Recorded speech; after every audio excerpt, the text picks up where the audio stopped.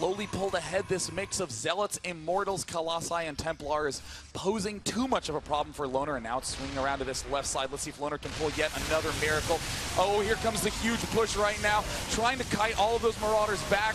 Vikings trying to pick off the Colossus, but it looks like there's just a few too many units. The Immortals at the front dealing huge damage. At the bottom right, the Zealots are dead, but the damage has been done, and it looks like Loner has repelled this, but is in a very, very awkward position unless he can kite these units and pick off these Immortals. A few of the Immortals do fall. He's starting to chew through those units at the front, and is he actually going to kill another army?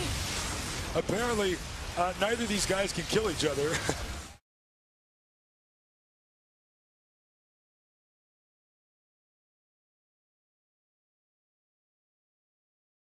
To me, like, Loner did not get the upper hand there. I think that, as you can see, 100 supply against 75. And NEXGenius, he's definitely ahead, but both of them just have one mining base. The further the supply drops, even if NEXGenius has more, the Terran units are going to do slightly better. As you can see, go to the left side of the map. He built an engineering bay here. He really doesn't want him to expand. This blocks the Nexus from being here as long as this engineering bay is present. This is very common at the 2-minute mark in Terran vs. Zerg, but we are at the 32-minute mark, so just reminiscing a little bit.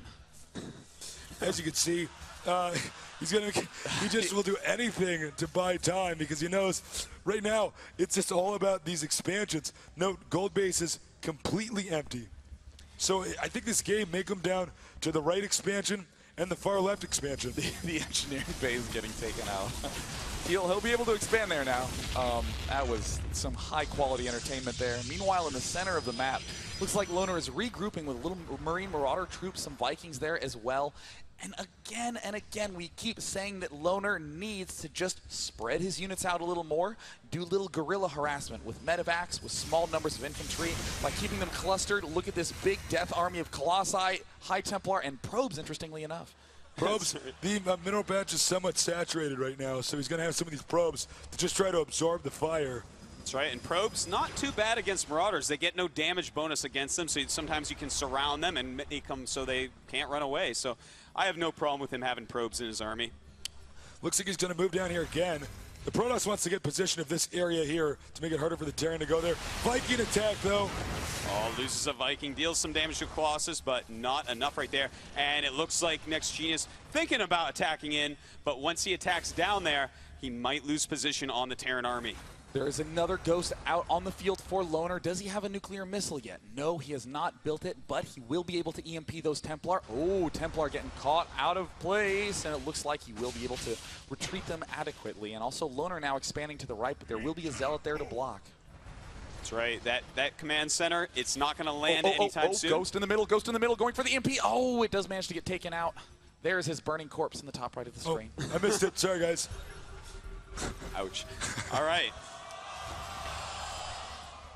Looks like we got 2 Templars down here storming stuff. My.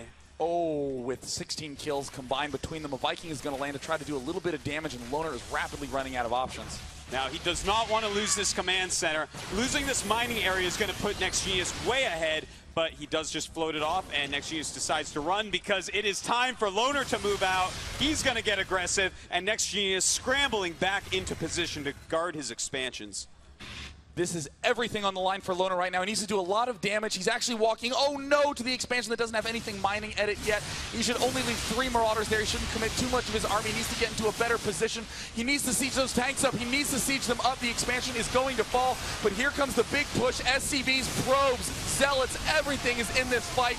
All those Zealots are getting eaten alive. Loner's in a slightly better position, but the Storms are pushing him back. Oh my goodness. Feedback on the medevac, and so many Storms of the Marauders. It looks like they're not going to get healed anymore. NEXGenius is cleaning up. This is a good game. GG. It's another best of 3. That's right.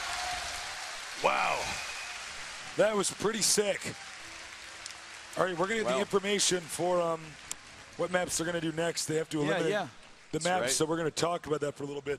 I can't believe how evenly matched these guys are. It's completely unbelievable. You know, Loner won in the winner bracket. Now NEXGenius has won a best of 3. They're going on to the final best of 3 to find the world champion of Blizzcon 2010. Now, there will be a little delay in between this best of 3 and the next one because players have to do what we call eliminating maps and setting up the map pool for the series. Because we play on a different map in every single game, each player gets the opportunity to downvote one map they don't like. So, for instance, if I don't like the map Kulos Ravine, I can just easily downvote that.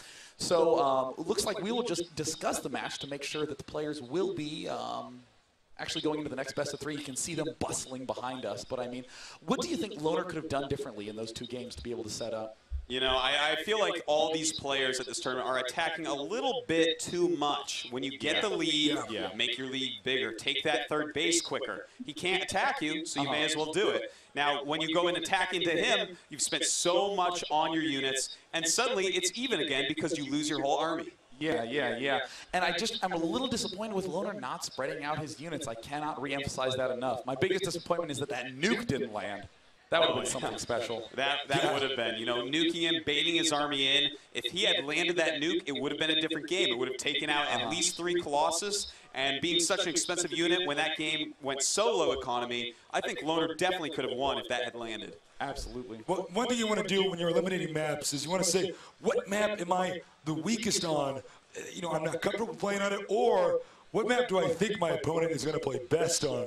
So that's what's going through their heads right now, and I'm sure after those 2 very evenly matched games, there's a lot of thought going on about, ooh, which one do I actually want to take out? It's kind of crazy how different those 2 matches panned out. In the first one, literally no tanks were made at all in the game, just Bio and a lot of Vikings, and pretty passive play from Loner. But in the second game, we saw Loner being quite aggressive right at the start with that big tank Marine force and Banshee harassment. Very, very unusual when comparing it to his previous play in the tournament. And you know, one other thing to really keep in mind here is this is going to be their 3rd best of 3 in as many hours. And that means that they both know each other's style very well. They've seen it so many times. So we may see just a split-second decision to do a different build order, either to trick your opponent or to punish him for what you know he's likely to do.